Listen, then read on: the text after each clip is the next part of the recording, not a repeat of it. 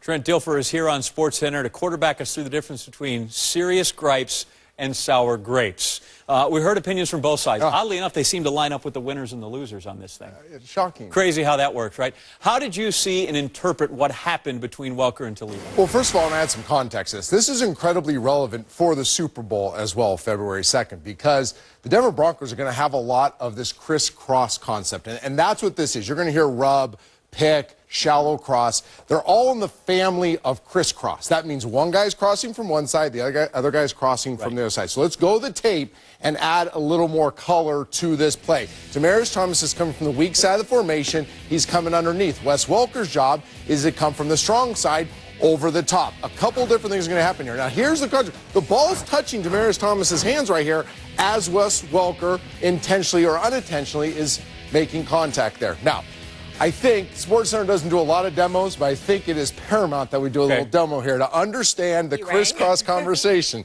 Exactly. Now, I have my Missouri track guy, my fast corner, and we have our tough corner. Pregnant means tough. Okay? Tough. So we're going to walk this thing through.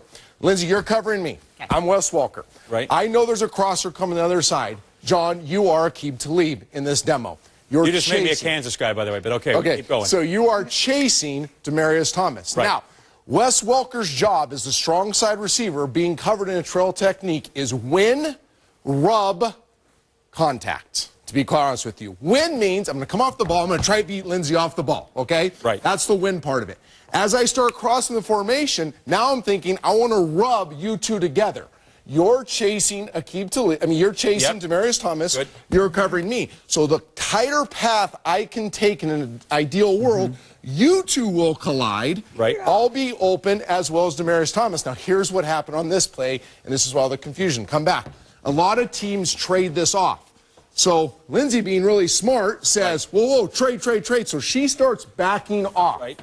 And you'll see this on the video. Aqib Talib is chasing. Wes Welker knows he's not going to get the ball. He knows the ball is going to Demaryius Thomas. So he went from winning, no longer an issue, to rubbing. That's no longer an issue because you guys have traded off. Now it just makes sense. I want to eliminate you from chasing him once the ball is completed. Right. So Aqib Talib tries to duck underneath.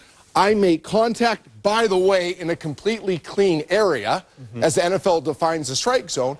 And that's what you have there. This is textbook how you teach it.